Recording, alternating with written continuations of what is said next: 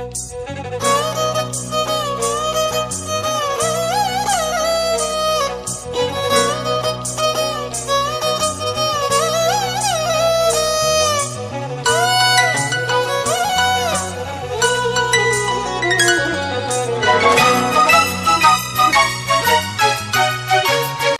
All, అందరూ ఎలా ఉన్నారు? కామెంట్ చేసేసేయండి. డే 1లో సెకండ్ టెంపుల్కి వెళ్ళాలని చెప్పాను కదా, సో దానికోసం అయితే నేను ఇలా రెడీ అయిపోయినా. నా లుక్ ఎలా ఉంది కామెంట్ చేసేసేయండి.